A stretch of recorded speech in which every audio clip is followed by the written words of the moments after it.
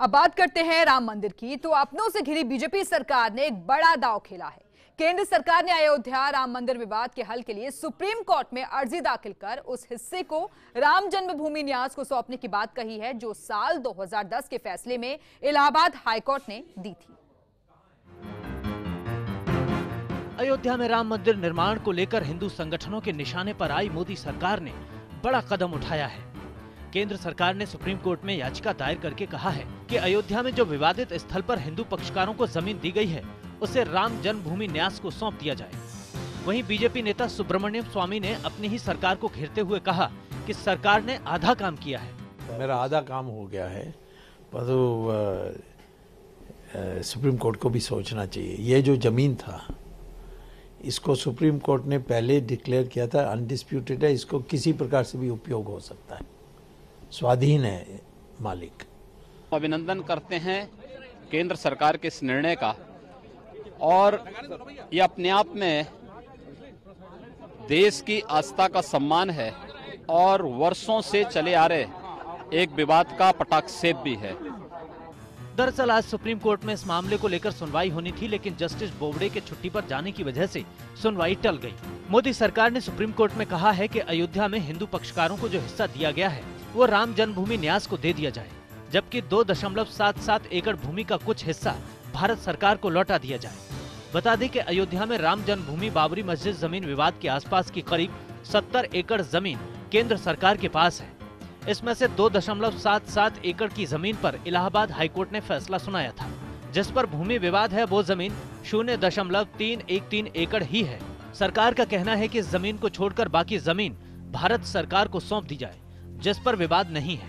मगर सरकार के इस कदम पर मुस्लिम पक्षकारों की राय को भी जानना जरूरी है।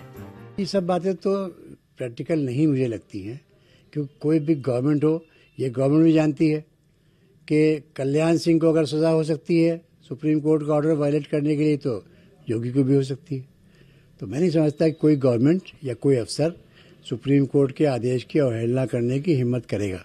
हमारे बाबरी मस्जिद की जमीन का जो है मुकदमा वो सुप्रीम कोर्ट में है। मस्जिद को छोड़ करके जो भी जमीनें हैं वो सरकार के पहले से कब्जे में है, सरकार के पहले से ही कब्जे में है। वो ज़मीनें बहुत से लोगों के साथ में अधिग्रहित किया गया है। वो ज़मीनें कुछ कब्रिस्तान की हैं, कुछ मस्जिद की हैं, कुछ मंदिर की हैं और कुछ जो है खेत की भूमि है। सरकार ने पहले से कब्जे में किया है। जहां हमारा मसला सुप्रीम कोर्ट में है, जब कोर्ट फैसला करेगा मंदिर मस्जिद का तो देखा जाएगा। और बाकी ज़मीनें जो भी हैं अगर सरकार किसी को दे रही है तो उस पर हमें कोई इतराज नहीं है। सुप्रीम कोर्ट में इस मामले की सुनवाई 5 जजों की पीठ कर रही है, जिसमें chief justice Ranjan Gogoi, justice Ashok Bhushan, justice Abdul Nazeer, justice S.A. Bobde और जस्टिस D.Y. चंद्रचूड़ शामिल हैं। इससे पहले साल 2010 में इलाहाबाद हाईकोर्ट ने अयोध्या में राम जन्मभूमि बाबरी मस्जिद विवाद में जमीन के हिस्से को 3 हिस्सों में बांट दिया था। आपको बता दें कि 30 सितंबर 2010 को इलाहाबाद हाईकोर्ट की लखनऊ खंडपीठ ने अयोध्या विवाद को लेकर फैसला सुनाया था। Justice Sudhir Agarwal, justice S.U. Khan, justice D.V. Sharma की बेंच ने अयोध्या में 2.77 एकड़ की विवादित जमीन को 3 हिस्सों में बांट दिया था। जिस जमीन पर रामलला विराजमान है उसे हिंदू महासभा, दूसरे हिस्से को निर्मोही अखाड़े को और तीसरे हिस्से को सुन्नी वक्फ बोर्ड को दे दिया गया था। दरअसल लोकसभा चुनाव से पहले राम मंदिर निर्माण का मुद्दा गर्माता जा रहा है। राष्ट्रीय स्वयंसेवक संघ, विश्व हिंदू परिषद समेत अन्य संगठनों के द्वारा लगातार मोदी सरकार पर मंदिर निर्माण के लिए दबाव बनाया जा रहा है।